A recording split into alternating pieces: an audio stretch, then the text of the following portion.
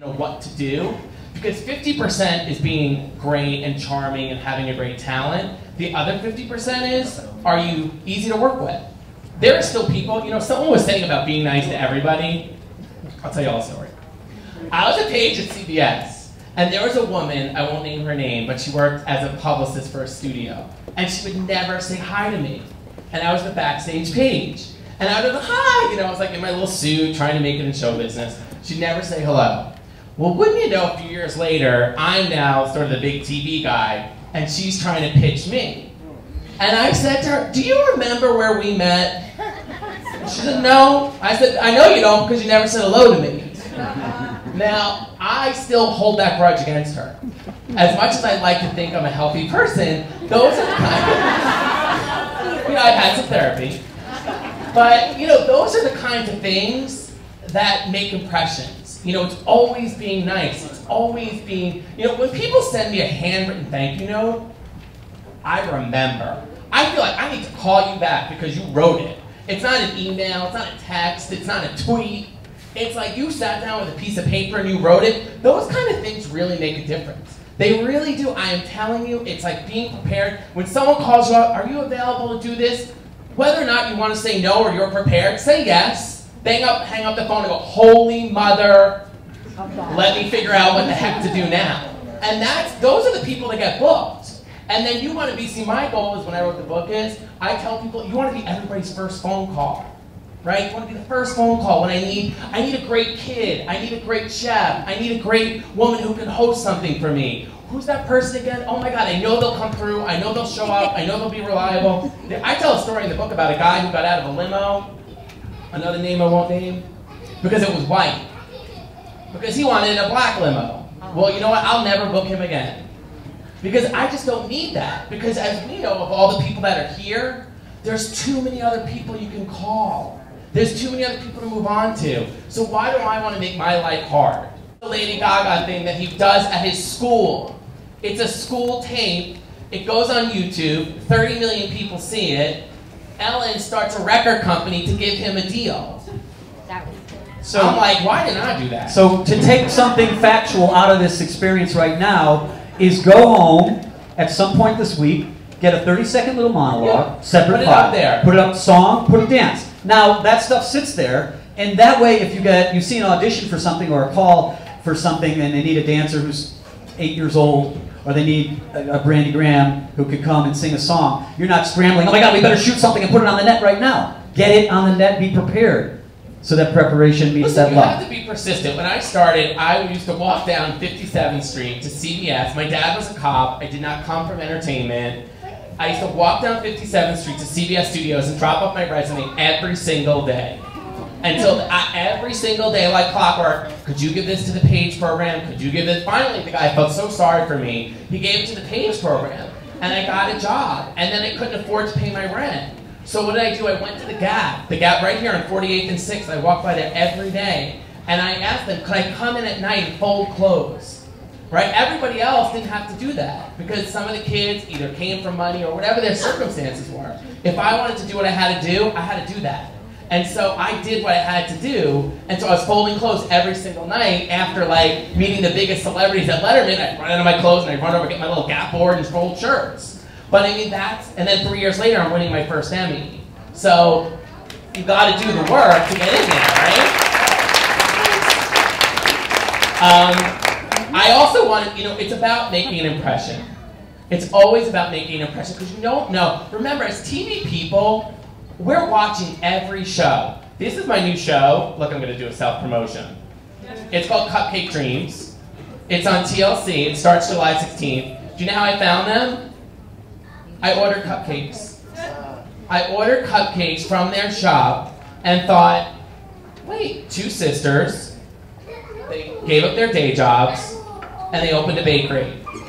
Well, that smells like a show. And so I called them up. I said, you don't know me, I don't know you, but I think we should work together. We met at a Starbucks. We decided to work together, and 2 years later, we've sold a show that will premiere July 16th. That goes back to Michael Wang.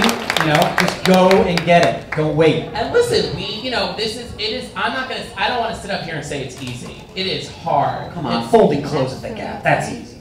Listen, it's hard. You have to be persistent. You have to really want this. If I didn't want to be in TV, I would have gone to law school. You know, I would have done something that was easier. I've been on hit shows. I work at Dr. Oz now. It's a big hit show. I've been on shows that, no one's watching. And they got canceled after a month. But the point is, where's your resilience? What are you doing? My sister always says I'm like a hustler out on the street. I've always got like 20 things going. I'm like, I got a book over here. I'm selling a show over here. I'm speaking over here. It's like we got to put ourselves out everywhere, right? We can't be relying on one job, one gig, one thing. You hear me? We got to sell ourselves. If I got to walk out and start singing down the subway, I can do that too. Those 4 guys are up here. They got nothing on me.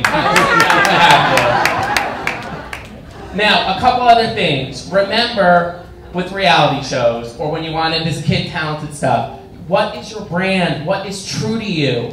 Don't see something and think, oh, I'm going to be like her because she did well, because we already have her. We don't want her again. So, you know what I mean? I don't want to be Kelly Clarkson because we already got Kelly. So it's like, who are you? The people that stick to themselves and are the most true to who you are the most successful. It's when you try and pretend and be something you're not, we sniff that out. We know, we're smart. Who watched America's Next Top Model? Takara, remember Takara? Yeah. I watched her. I was working at Sony Development. I was like, who is she? And where did she come from? Next thing you know, I'm up in Harlem knocking on her door. She thought things were crazy. I'm like, it's Terence from Sony, how are you? Next thing you know, she's now on BET, she did the VH1 show, because she never tried to get on that show be all skinny. She went and celebrated herself, and that was true to her, and that's how she stood out. And it's about standing out. There was a singer called JoJo. Does anyone remember JoJo? All right, JoJo? When she was 5, I found her tape at Rosie and put her on, and that's how she got a record deal. You just don't know. It's not to say it's not hard, it's going to happen for everybody. But if you're sitting at home waiting for it to happen, well then the only one who's losing is you. Because it's when you just keep putting it out there and spreading it out, spreading it out. You know how many shows I had to sell to get this flyer? I mean, not sell. Do you know how many shows I had to try and sell to get this flyer? About 20. Right? Every time. No. I go home. I give myself my 15 minutes of the big, like we'd say, the Oprah cry. Why don't they love my idea? It's the greatest thing on earth. And then I move on. Okay, what's next? Because if we stick with what they just said no to, then we're going to be stuck in the no. We got to move to the yes. And we got to be willing to be flexible. So if they want you to not wear the hat, take the damn hat off. If they don't want, if they want you to do this, do that, don't get so caught up in it. Just be ready to go, be prepared, and be the person that they're going to want to call back. Be that great, nice person. I always stick to nice people. There are people that I was working with back at Rosie that I still work with today. When I have to give away a trip on a show, I still call the same person. Because when I called them back in 1996 and said I need a cruise for tomorrow morning, she showed up with a big cruise ship and a captain's hat and all this other stuff, and I thought, that's a good person. I want her on my team. Sending out those things for a free screening, you got to show up to that and see who's around. You got to start talking to people. You got to start meeting people. You know how I got my book? I went out to a party. I met a woman who was a writer, and she said, that would be a great idea for a book. I was like, I went to a state college. I can't write a book. I'm not some Ivy League graduate. She's like, oh, no, don't worry about it. I'm like, okay. So we then started the process. But it was because I was out networking. You got to meet people. You got to call everybody you know. You got to be. That's how we met. We met, actually, that's how we met. Someone was making a speech about the FCC. We did, and then I did his radio show, and he told me an idea, and I was like, you know what, that's a good idea. I called my agent, I pitched him the idea, he liked the idea, we've been meeting, now next week we go to the agent, then we take the show out. So, it's tough, but you just have to be persistent, and you have to think about everybody you know, where might these people be? And you gotta be a little pushy, you know what I mean? Sneak into a party, I'm just saying, sometimes you gotta do what you gotta do. With limit.